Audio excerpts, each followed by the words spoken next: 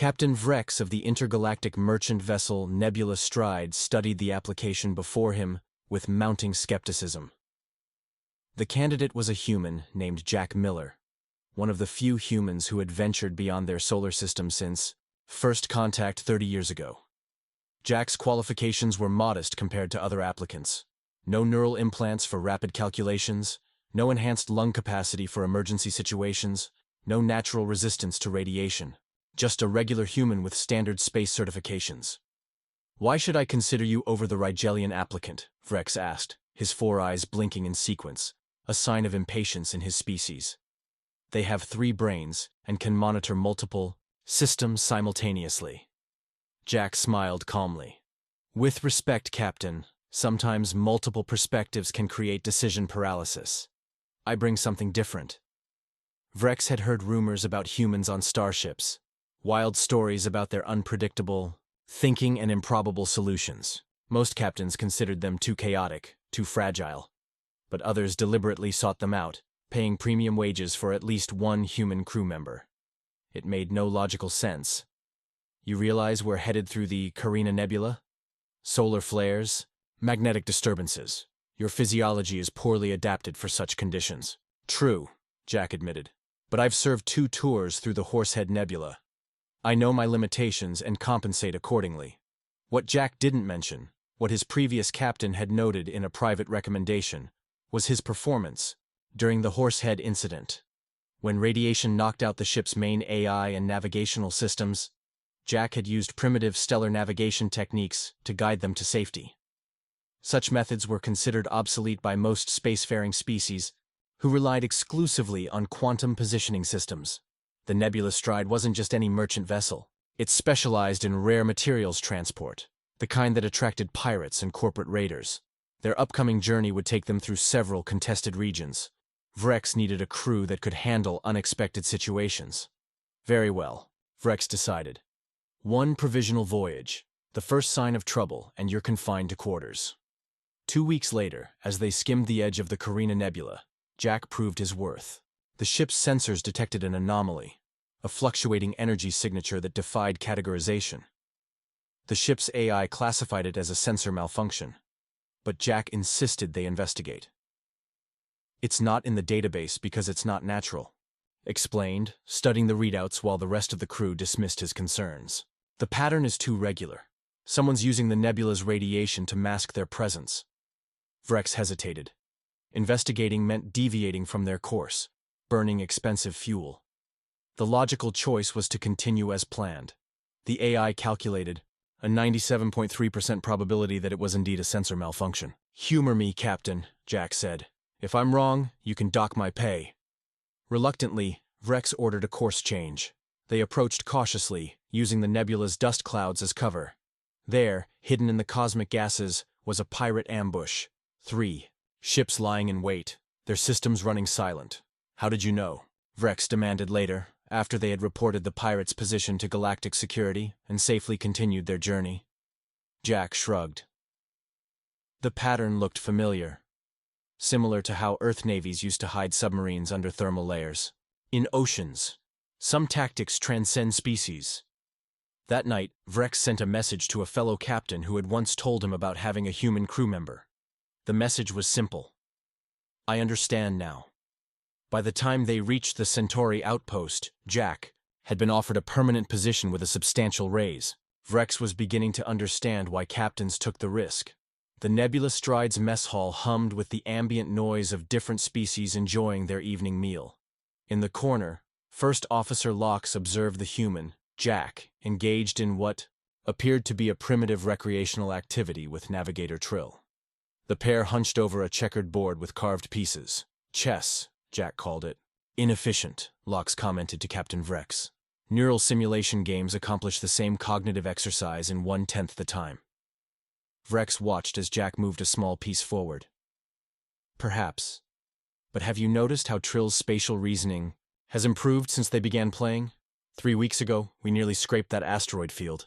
Yesterday, they plotted the most elegant course through the thorn debris cloud I've seen in my career." "Correlation doesn't imply causation," Lox replied dismissively. Their conversation was interrupted by an emergency alert. The ship's supply of stabilizing compound, essential for safely storing their cargo of volatile prometheic crystals, was degrading at an alarming rate. The AI projected complete breakdown within 16 hours, well before they could reach a trading post. The senior officers gathered in the conference room. The science officer, Mira, displayed a holographic model of the compound's molecular structure. The radiation from the nebula accelerated the decay process, she explained. Without this compound, the crystals will become unstable. We would need to jettison the entire cargo. That's 3 million credits, Vrex said grimly. The company won't survive such a loss. The crew proposed and rejected various solutions. Synthesizing more compound would require elements they didn't have. Increasing speed risked engine burnout. Rerouting to closer stations would take them through restricted space. Jack had been quiet, studying the molecular model from different angles. This structure seems familiar, he finally said. Can I access the full chemical database? Mira looked skeptical, but complied. Jack spent 20 minutes searching through chemical formulas, occasionally muttering to himself. Here, he finally said, pointing to a formula. This compound is structurally similar. It's in our medical supplies, used as a stabilizer for certain medications. We could modify it to create a temporary substitute. That's a medication, not an industrial compound, Mira objected. The application is completely different. Yes, but chemically, they're cousins. Both were designed to prevent molecular decay in volatile substances.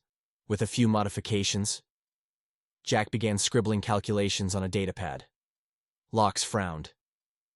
The risk of catastrophic failure is still lower than certain cargo loss, Jack countered. We don't need a perfect substitute, just something that will buy us enough time to reach the trading post. After heated debate, Vrex authorized the attempt. Jack and Mira worked through the ship's night cycle, modifying the medical compound. The result wasn't pretty, an unstable gel that required constant monitoring, but it slowed the crystal degradation to manageable levels. When they finally reached the trading post 30 hours later, the cargo was intact. The company would later develop Jack's improvised solution into a new emergency stabilizer required on all crystal transport vessels. That evening, Lox found Jack back at the chessboard, this time playing against the ship's engineer, Dorn. How did you make that connection? Lox asked. Between a medical stabilizer and an industrial compound? Jack moved a knight, capturing Dorn's bishop. On Earth, many of our greatest discoveries came from cross-disciplinary insights, seeing patterns across fields. We call it thinking outside the box. Lox watched the game progress in silence. Perhaps there was something to these primitive exercises after all. The nebula Stride hung in orbit around Kepler 442b, a mercantile hub at the edge of colonized space. Below, the planet's massive trading centers sprawled across an otherwise barren landscape, a testament to commerce's power to transform worlds. Captain Vrex paced the bridge, mandibles clicking with stress. 3 days. We've been denied departure. Clearance for 3 days while they process our paperwork. Jack Miller stood nearby, studying the planet's security patterns. After 6 months aboard, he had earned enough trust to speak freely. It's not bureaucracy. It's a shakedown. Explain, Vrex demanded. Our cargo manifest lists Arcturian crystal matrices. The local governor's brother controls the market here. They're stalling us until we agree to sell at their prices. Vrex checked the ship's financial projections. Even a day's delay was costly, but selling at local rates would mean operating at a loss. The company had already survived one near bankruptcy. Another would finish them. Options? Vrex asked the bridge crew. First Officer Lox calculated probabilities. Attempting unauthorized departure risks firing from orbital platforms. Probability of ship damage, 89.2%. We could file a complaint with the Galactic Trade Commission, suggested Navigator Trill. Mira, the science officer, shook her head. Processing time for formal grievances averages 67 days. Jack had been quiet, his expression thoughtful. What if there's another approach? A human one? Hours later, Jack sat in a dimly lit establishment in the planet's trading district, across from a nervous-looking local official. The alien's translucent skin rippled with anxiety. This meeting isn't happening, the official said. Jack slid a data crystal across the table. Of course not. Just like these records of the governor's brother's unauthorized tax exemptions aren't being transferred to you. Where did you get these? The official hissed, tentacles curling in distress. Humans have a talent for finding patterns in financial records, Jack said with a casual shrug. We also believe in mutually beneficial arrangements. The governor's brother backs off our shipment, you get evidence for your internal investigation, and nobody needs to know we had this conversation. And if I refuse? Jack smiled. Then instead of quietly delivering this to you, I'll publicly transmit it to 3 different news outlets before our ship leaves orbit. I'm sure the central government would be interested in how much tax revenue they've been missing. 2 hours later, the Nebula Stride received departure clearance. As they broke orbit, Vrex confronted Jack in his quarters. What did you do? The captain demanded. Applied leverage, Jack replied. The official I met has been building a case against corruption for years but lacked evidence. I provided it in exchange for our clearance. Where did you get such sensitive information? I didn't hack anything, if that's what you're asking, Jack said. I just compiled public records and identified the patterns. Humans have been following money trails to find corruption since before we had computers. Vrex's inner eyelids flickered, a sign of deep thought. Such methods aren't covered in standard galactic commerce protocols. Exactly why they worked, Jack pointed out. The standard protocols were what they expected. When faced with a system designed to extract concessions, sometimes you need to step outside that system. Later, in the privacy of his quarters, Vrex added to his growing log about human crew dynamics. The entry read, "Humans possess an innate willingness to challenge established systems when those systems prove unjust or inefficient. Where other species see immovable regulations, humans see frameworks to be navigated, bent, or when necessary, circumvented. This trait would be merely troublesome, if not for their simultaneous strong sense of fairness. They break rules not arbitrarily, but purposefully, a distinction that makes all the difference." As the Nebula Stride accelerated toward its next destination, requests from other captains began arriving. All asked the same question. How does one recruit a reliable human crew member? Captain Vrex's quarters had become a war room. A Grefos. Displays showed the asteroid field stretching before them, a maze of tumbling rocks, some as small as a fist, others larger than the ship itself. The Nebula Stride had been forced into this dangerous region after their main drive malfunctioned, leaving them with minimal maneuvering capability. The navigational computer can't plot a safe course, Navigator Trill reported, their feathered crest flattened with worry. There are too many variables, too many moving pieces. First Officer Locks analyzed the data streams. The field's density exceeds our computational parameters. Manual navigation is impossible. Reaction times would need to be microseconds. What about automated evasion systems? Vrex asked. Compromised by the same surge that damaged the main drive, Engineer Dorn replied. We have thrusters, but not the systems to control them effectively. The situation was grim. Avoiding the asteroid field meant a 3-month detour on auxiliary power, with life support systems stretched beyond safety margins. Attempting passage meant almost certain destruction. Jack had been silent, watching the holographic asteroid's movement. Now he stepped forward. I see a pattern. The crew turned to him with varying degrees of skepticism. The field isn't random, Jack continued. Look at these larger bodies. They're creating gravitational corridors between them. The smaller asteroids are following predictable paths within those corridors. Even if true, plotting such a course would require quantum computing, Locks objected. Not necessarily, Jack said. On Earth, ancient sailors navigated treacherous reef passages by watching water patterns. They couldn't calculate wave dynamics mathematically, but they could read the water's movement. I think I can read this field. Vrex's 4 eyes fixed on Jack. You're proposing to navigate manually? Even for a human, that's impossibly reckless. Not alone, Jack clarified. I'll need Trill's sensor readings and Dorn controlling thrusters. What I'm suggesting is a human-machine hybrid approach. I'll identify the safe corridors visually. Trill confirms with short-range sensors, and Dorn executes the minute adjustments. After intense debate, with no better options emerging, Vrex authorized the attempt. The bridge transformed into a focused operations center. Jack stood before the main view screen, hands occasionally gesturing as he studied the movements of the asteroids. Trill called out sensor readings in a steady rhythm. Dorn's 6 limbs worked the thruster controls with precision. 20 degrees port, Jack called. Hold, hold. Now 15 degrees starboard, 3-second burn. The ship moved like a dancer through the field, each adjustment seemingly minor yet precisely timed. Twice they scraped against smaller rocks, the hull resonating with ominous sounds, but the integrity held. 4 hours later, drenched in sweat, Jack guided them to the field's edge. As they emerged into clear space, the bridge erupted in relieved exclamations. Even Locks appeared impressed. "How? Did you do that?" Vrex asked privately, after the celebration subsided. Jack looked exhausted but satisfied. Humans evolved tracking prey through forests, predicting where an animal would go based on subtle signs. Later, we applied the same cognitive skills to everything from stock markets to weather patterns. We're pattern recognition machines, especially when computers fail. Vrex made a notation in the ship's log. Today's events have fundamentally changed my understanding of human cognitive capabilities. Their neural pathways, while slower than our computing systems, appear to process visual information in ways our technology cannot yet replicate, seeing emergent patterns in chaos that our algorithms miss. This raises profound questions about our increasing reliance on purely computational approaches to spaceflight challenges.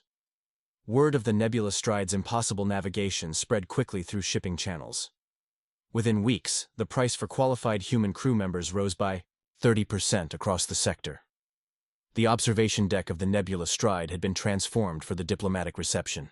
Delicate illumination highlighted the spectacular view of the Horsehead Nebula, while serving drones circulated with carefully selected refreshments safe for 5 different biochemistries.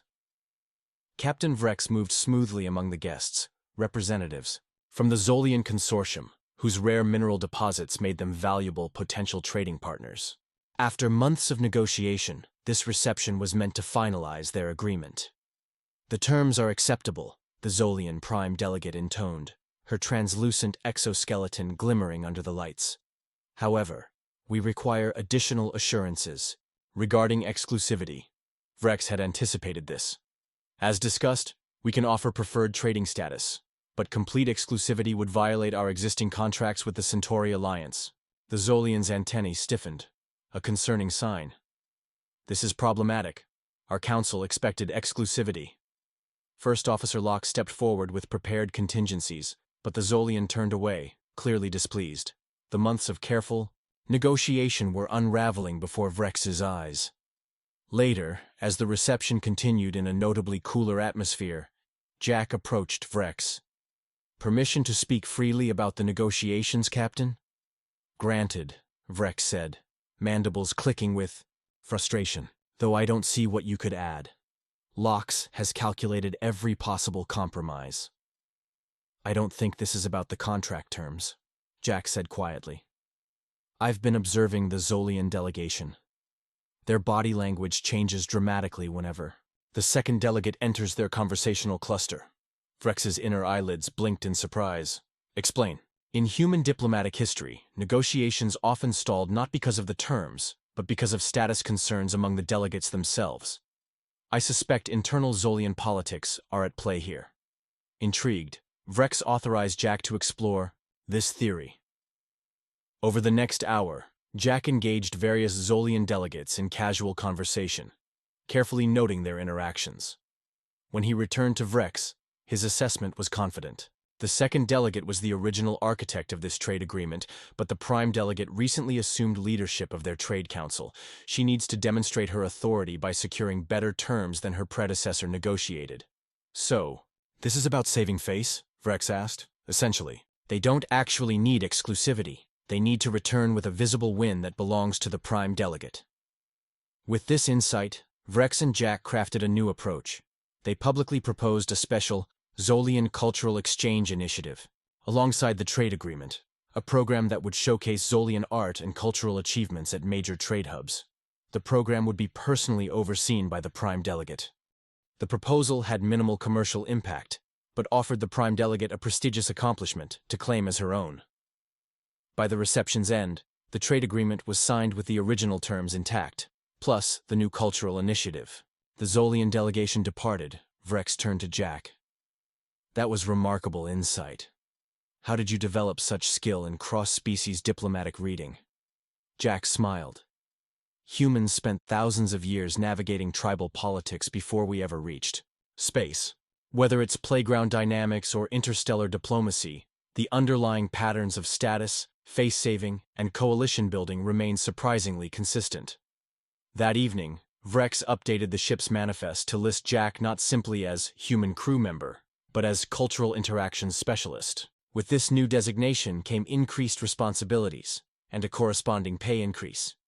In his private log, Vrex noted, "Humans possess an intuitive understanding of social dynamics that transcends species barriers. Where our diplomatic protocols rely on explicit rule sets, humans appear to draw on a rich evolutionary history of tribal negotiation. They instinctively grasp unspoken status conflicts and identity needs that our most sophisticated algorithms often miss. This capability alone justifies their inclusion on any vessel engaged in multi-species commerce." The Nebula Stride's success rate in negotiating favorable contracts increased by 27% over the following year. Other captains began specifically recruiting humans with backgrounds in anthropology, psychology, and conflict resolution, disciplines previously considered irrelevant to space commerce. The storm came without warning, a sudden surge in the quantum field that permeated this region of space. The Nebula Stride shuddered as reality itself seemed to bend around them.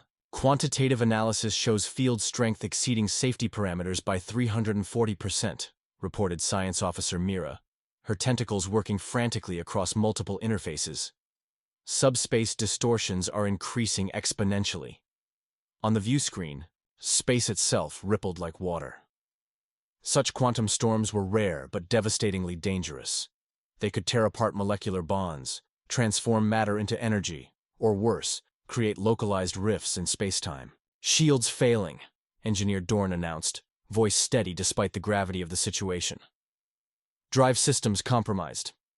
Captain Vrex assessed their options. Standard protocol was clear. Power down all systems to minimize quantum interaction and wait out the storm. But the storm's intensity was unprecedented. Passive measures might not be sufficient. "Prepare for emergency shutdown," Vrex ordered. "All non-essential personnel to stasis pods." As the crew rushed to comply, Jack approached the command chair. "Captain, I have another suggestion." "This isn't a negotiation or a puzzle, Miller," Vrex snapped. "This is a quantum-level threat beyond human comprehension." "Respectfully, Captain, humans have been dealing with incomprehensible threats throughout our history," Jack replied. "And while we may not understand quantum mechanics intuitively, we understand something else. Surfing." First Officer Locks looked incredulous. "Surfing? A primitive water recreation?" "A metaphor," Jack clarified. "On Earth, when caught in a tsunami or massive wave, trying to resist the force is fatal. Instead, skilled surfers ride the energy, using its own momentum to stay above it." Jack pointed to the sensor readings. "The quantum field isn't uniform. There are nodes and antinodes, peaks and troughs. What if, instead of powering down, we selectively power up certain systems in sync with the field fluctuations?" The idea was radical, dangerous, and completely outside standard procedures. But as the ship's structural integrity alarms began to wail, Vrex realized standard procedures wouldn't save them. "Explain quickly," Vrex ordered. Jack outlined his plan. Use the ship's sensors to map the quantum wave patterns, then pulse the ship's various electromagnetic systems, shields, engines, even life support, in counter-rhythm to the storm's fluctuations. Instead of resisting the quantum distortions, they would become part of the pattern, riding the storm's energy. "It's like navigating river rapids," Jack explained. "You don't fight the current. You read it and work with it." With no better options and the storm intensifying, Vrex authorized the attempt. Jack and Mira worked feverishly, mapping the quantum patterns while Dorn reprogrammed the ship's power distribution system. Within minutes, they had created a crude but functional quantum surfing protocol. The technique required constant adjustment as the storm evolved. Jack called out pattern shifts, while Mira translated them into technical parameters, and Dorn implemented the power pulses. The ship bucked and swayed, systems flickering on and off in a chaotic dance that nonetheless followed the storm's own chaotic rhythm. 3 hours later, battered but intact, the nebula Stride emerged from the quantum storm. Later analysis would show that 3 other vessels caught in the same phenomenon, all following standard shutdown procedures, had been destroyed or severely damaged. In the aftermath, as repair crews worked to restore systems, Vrex found Jack, in the observation lounge, staring at the now calm space outside. That was reckless, Jack suggested with a tired smile. Inspired, Vrex corrected. Your solution defied all established protocols, yet it saved this ship and everyone aboard, Jack shrugged. Humans have always had to adapt to overwhelming forces, hurricanes, tsunamis, earthquakes. We learned long ago that sometimes survival means moving with a destructive force rather than against it. Vrex's official report to the Merchant Guild was comprehensive, detailing the quantum surfing technique that had saved the nebula Stride. Within months, the technique became standard emergency procedure for vessels traversing quantum unstable regions. In private, Vrex added to his growing log on human adaptability. Perhaps the most valuable aspect of human crew members is not any specific skill, but their fundamental approach to existential threats. When faced with overwhelming forces, they instinctively seek ways to adapt and transform disadvantage into advantage. This cognitive flexibility, this refusal to accept no-win scenarios, may be their most essential contribution to space exploration. The observation deck of Arcturus Station hummed with conversation as captains from across the sector gathered for the annual Guild conference. Captain Vrex found himself the center of unexpected attention. The nebula Stride's exploits over the past 2 years, navigating the impossible asteroid field, surviving the quantum storm, securing the Zolian trade agreement, had not gone unnoticed. Your profit margins have increased 42% year-over-year, noted Captain Relna of the distant venture. Most impressive in these unstable times. Indeed, added Captain Morn of the Eclipse Runner. Perhaps you might share your operational methodologies? Vrex knew what they were really asking. Word had spread about his human crew member and the unorthodox solutions that had repeatedly saved the ship and its cargo. Many captains remained skeptical about integrating humans into their crews, viewing them as unpredictable elements in finely tuned operations. My methodology is simple, Vrex replied. I've learned to value cognitive diversity alongside technical capability.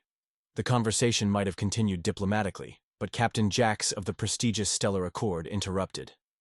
Jax represented the old guard, traditional, by the book, and openly dismissive of emerging species like humans. Let's speak plainly, Jax said, mandibles clicking sharply. You've been risking your ship and cargo on the intuitive leaps of a primitive species, barely 3 centuries into their spacefaring history. It's reckless gambling disguised as innovation. The gathering fell silent. Such direct criticism violated guild courtesy, but Jax's status made him virtually untouchable. Vrex remained calm. I prefer to think of it as calculated risk management. Different cognitive approaches offer different solutions. Cognitive approaches? Jax scoffed. Their neural architecture is simplistic compared to evolved spacefaring species. They lack redundant brain systems, have no natural radiation resistance, and their decision-making is notoriously influenced by emotional states. Yet those same limitations have proven advantageous in unexpected ways, Vrex countered. Perhaps because they evolved on a single planet with rapidly changing conditions, humans developed a remarkable adaptability. Where we see insurmountable problems, they see puzzles to solve.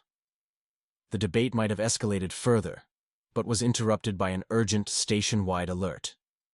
The station's fusion reactor was experiencing critical fluctuations, a potentially catastrophic situation for a structure housing over 8,000 beings.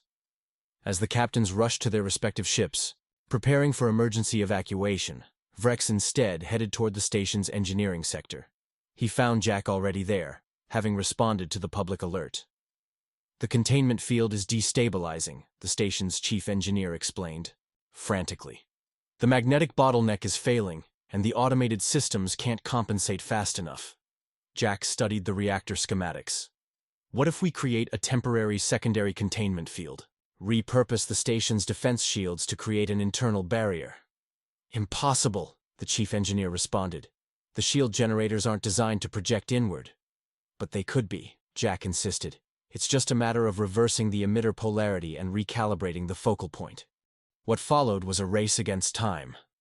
While most captains focused on evacuation, Vrex authorized Jack to work with the station engineers.